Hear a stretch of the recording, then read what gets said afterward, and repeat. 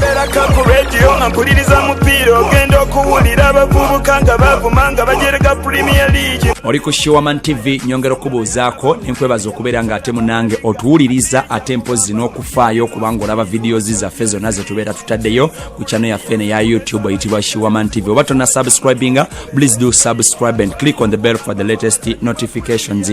Bya mizannyo eddoboozi lya Shiwaman Segawa njagala kutegeezaako munange nti already kakati wali mu German Bundesliga training ezama club agakubira mu ligi y'eggwanga erya Germany gazeemu okubeera nga ate munange gatendekebwa. In fact mbadde ndabako club zonna 20 eziri mu German Bundesliga zonna zazeemudde okubeera nga zitendekebwa okujjako ttiimu ya Cologne yeefunyeemu obuzibu lwa nsonga bagenze okebera squad yaabwe nga kuliko abazannyi nga bataano abalina coronavirus so ne baba karantini ngaabo naye ng'olredde yo Cologne abavubuka abasigadde bo bagenda maaso n'okubeera nga batraininga. Actually mbadde ndabako chancellor w'eggwanga erya Germany omukyala Makiel avuddeyo n'ategeeza n'agamba nti tewali nsonga yonna eremesa German Bundesliga kuddamu kubeera ng'etojjera. Kino kiba kitegeeza nti German Bundesliga bagiwadde green light, kiba kitegeeza nti nakusoma ezinga 15 May oba nga 22 May tuyinza okulaba ku geemu esooka eya German Bundesliga. Gano nno gaba mawulire malungi eri abaagazi b'omupiira naddala babadde bagumisinga every weekend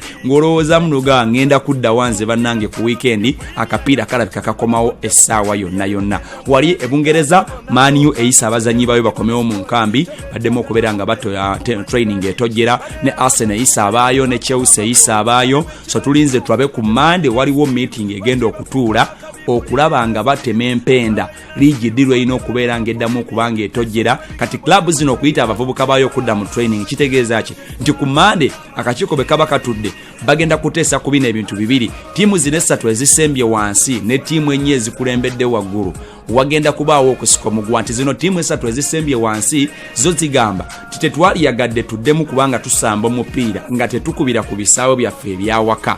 Ate ziri ezawaggulu zigamba nti omupiira oba guddemu ne bwe tuba nga tuzanyira ku neutral ground. Era mbadde ndabako wano omukulu Paso ono nno y'omu ku bachairman ba club ya Aston Villa ng'agamba nti nze sikkiririza mu ttiimu yange kubeera ng'esamba emipiira ng'egikubira ku neutral ground kubanga agamba nti already kumpi 60% obonera Aston Villa bweyina season eno babufunye nga babufuna ku kisaawe kyabwe ekya Aston Villa. N'agamba nti kati awo tuba tusambira ku neutral ground mbandabira ddala nga tetulina mulamwa era tuyinza okusalwako essaawa yonna. So ziri club ezawaggulu ezikulembedde ennya zo zigamba nti omuli Liverpool, Manchester, Leicester, Chelsea ne Man U zigamba nti fe tuli willing okukubira wonna wonna babeera batutadde kasali gyebeera nga ezzeemu okubanga etojjera. Kiba kitegeeza nti amaklabu gakomyewo mu training ku Monday kati kiba kyetaaga club 14 zokka okukkiriza ogamba nti yes ligi eddemu. Club 14 kasitazikkiriza kiba kitegeeza akalulu kawanguddwa wabula 14 singa teziwera ezigamba nti ligi eddemu kiba kitegeeza nti ligi y'Ebungereza tegenda kubanga eddamu okubanga ekubwa oba training zijja kuba zikomaawo. Man U meanwhile mutandise okubanga ate musaba ttiimu ya Shanghai Shenhua omuvubuka ono Odion Igalo myaka 30 mu Nigeria abeere ng'obolyawo bamwongera loan extension ku ttiimu ya Man U. Man U eno egamba nti omuvubuka ono Odion Igalo abadde alaze ka foomu akalungi emipiira 8 goals 4 baali yagadde obolyawo abeere ng'asigala ku ttiimu ya Man U. Naye ne Shanghai Shenhua egambye nti munange engeri ligi yaffe ye China lwegenda okubeera ng'eddamu kubanga ekubwa maaso awo bagambye nti omulenzi waffe twali yagadde abeere ng'akomawo asobole okubeera ng'akuba omupiira ku ttiimu eno eya Shanghai Shenhua. Man U weewaawo ng'eyagala omuvubuka ono asigale Odion Igalo already emyezi 2 Man U gyemaze nga tekuba kapiira. Odion Igalo abadde afuna emitwalo 13 buli wiiki nga ze ssente zaateeka mu nsawo. Man U egamba nti oba oliawo bayinza okubivaako lwansonga Marcus Rashford yakomyewo bulungi, yakomyewo ku fitness level ze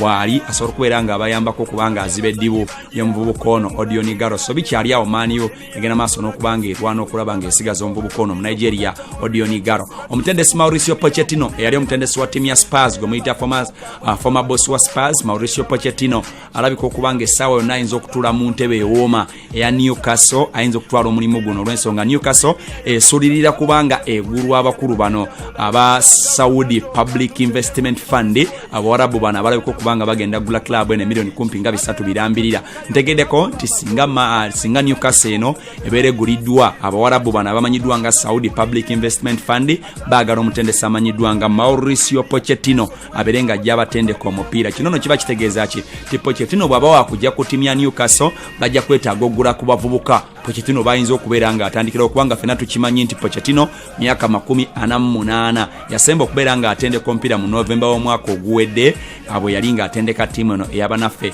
aba Tottenham Hotspurs basobole okubeera nga baddamu okufuna Jose Mourinho. Bwe twogera essaawa zino talina mulimu already Newcastle walaga waliwo already manager aliwo Steve Bruce wabula bagamba nti singa Awarabu babeera baguze club eno baali yagadde Mauricio Pochettino abeerenga oba oliawo ajja asobola okubeera nga abatendeka omupiira. Batandise osonga ku bazannyi abamanyi bano aba Newcastle baagala omuzannyi Kalidou Koulibaly center back wa Società Sportivo Calcio Napoli, baagala Edson Cavani, baagala omuzannyi oli amanyiddwa nga Nabil Fekir akubira ku timu ya Real Betis. Bonna baagala kubeera nga ate munange ba Bloodstainga Newcastle ekomewo ng'esabulira ddala akapiira kali akalagirwa. In fact Arsenal nayo mugagga wayo Stan Kroenke ali masanyu mererere wansonga amulira agavayo galaga nti ebyobugagga bye byeyongeddeko millions. In fact ebyobugagga bwe bigenze kati ku millions 323 oluvannyuma lwa coronavirus abazannyi okukkiriza okubasalako omusaala agwa bitundu 12 n'obutundutundu 5. Stan Kroenke abazannyi okukkiriza obasalako emisaala percentage ya bitundu 12 n'obutundutundu 5 biba biraga nti already ebyobugagga bye biba byeyongedde kakati biri ku millions 323 ng'ogyeko abazannyi abasatu bokka abatakkiriza kubasalako omusaala omwali Mesut Ozil abasigadde bonna bakkiriza okubeera nga basalwako omusaala ku timu ya Arsenal era nga kiba kitegeeza nti kakati bannagagga ba club eno ya Arsenal amulira agavayo galaga nti already bongedde kubanga bafunamuuko ku squad ya Arsenal ey'abazannyi 27 abazannyi 24 bonna bakkiriza Arsenal okubanga munnange ebasalakoko omusaala. Mbadde ndaba wano era amulira agavayo galaga nti munnange walieri rankings zifulumye za Instagram club che zisinga okubanga atezi followingibwa n'okola ensimbi ennyingi ku Instagram.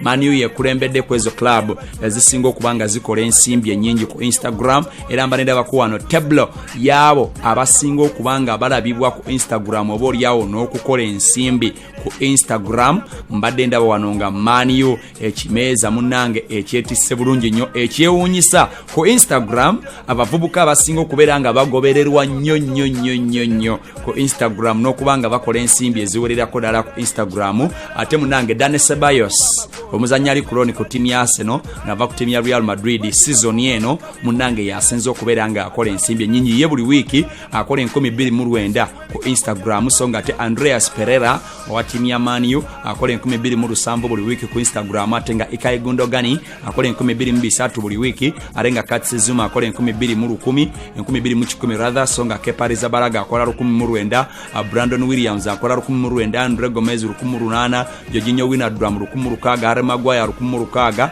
ne Djibril Sidibe akola 15. Jja kumbuuza lwaki abazannyi ab'amaanyi tobawulira awo nze naawe Instagram eri very challenging tosobola kumanya lwaki bana ate munnange abatini balina obukodyo obw'amaanyi. Man U yekulembeddeawo mwabo abasinga okukola ensimbi ennyingi ku Instagram ate mpozi Manchester City neddakaawo ate mpozi bannaffe bana aba Everton ne baddako, Spurs neddako, Crystal Palace neddako, Leicester neddako, then abaddakaawo munange Paul Pogba y'omu kw'abeera abafuna akasente mpozi ate ne Mohamed Salah era y'omu kw'abo abasobola okubeera nga ate munange bakola ensimbi eziwererako ddala ate mpozi ku Instagram. Tulinze ku Monday tulabe akalulu akagenda okukwatibwa ku Monday binaba bisaliddwawo bye bijja okulaga nti akapiira kakomawo e Bungereza oba tekagenda kubeera nga kakomawo. Showman Sega wali eddoboozi. Don't forget to subscribe and of course clicking on the bell for the latest notifications ku Showman TV YouTube.